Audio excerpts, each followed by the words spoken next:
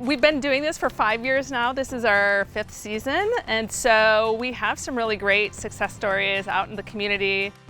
One of our very first success stories is Sunny Acre Farm, Brian Foster. Completed the farm program. That was kind of during the pandemic era. Got out at the end of 2021, and then we started our farm the very next year at the beginning of 2022. I think it was worth it. You know, it's like a fully intensive vocational school, like for farming, all packed down into 1 year. You get to try out things without spending your own money. You know, you get to use equipment that you wouldn't have access to unless you bought it on your own. So that was really what we took away from it. We were able to kind of see like, okay, we don't want to farm like that. We do want to farm like this. We have also expanded our farm last year, and we moved on to a property just down the road from here. It's 68 acres, where we're establishing permanent beds like we have here and establishing tunnels. We're also incorporating livestock as well. So that's been an expansion over the last couple of years that we've been working on. We felt good about it. We felt good going in. We had a lot of momentum, a lot of support from the school. And so that was definitely a key factor.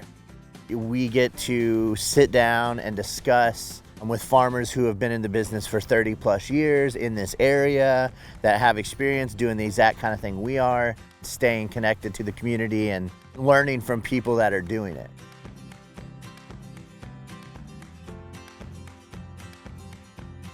We started an incubator program here at CAFF last year, and so we have 2 new farmers that are starting their farm business right here alongside of the land that we farm out here. And Karen Maldonado is one of those. She's also a food entrepreneur, so she's growing her vegetables, but also creating a value-added product for those as well.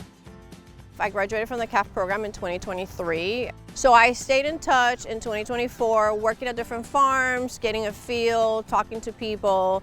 And I knew the possibility of finding land was not gonna happen anytime soon, but I still wanted to maybe perhaps get going. They asked me to apply, and I did immediately because I knew it was a great fit. I love the staff here, and more than anything, I was really looking into the mentorship program. It would save me a lot of trouble, a lot of time, a lot of money and effort, and I think that was the key why I wanted to come back here. When we have this incubator model, those farmers aren't incurring the upfront costs of equipment, of machinery, of different tools. Another big portion is connection to sales. A lot of folks are really intimidated by connecting to markets, whether it's working with a chef or going to the farmer's market or going to your local food co-op.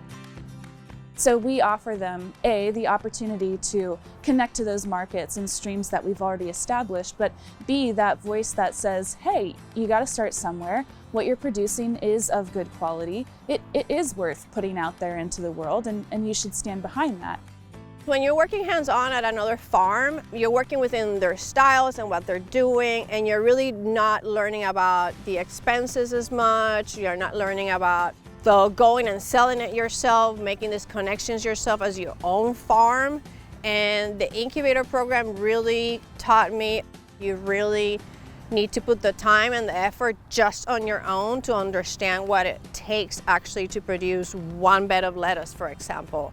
And so it's great to have a group of people around you, a community of people around you every single day that remind you that nobody's perfect, you're never going to be, but you have to keep going and be consistent. And if you can do that, you'll be successful. Oh my God! The students are always, it's really interesting to see them come out of their shell from the day one to where they are right now, which is a really tight-knit group of friends that are farming together.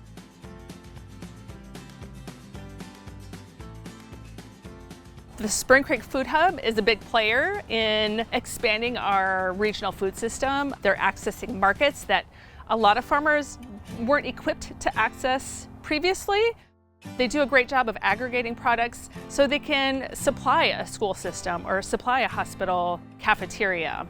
I really love being able to teach people how to be business owners. It's not just that you're a farmer, it's that you're a successful business owner. Let's look at the numbers together and how does that translate into your production? And it allows me and our students to be really strategic and thoughtful with what we do, which is just a great added layer. We really need to start feeding and educating a whole new generation of farmers. So for me, this incubator program has given me the platform to be able to spread this message.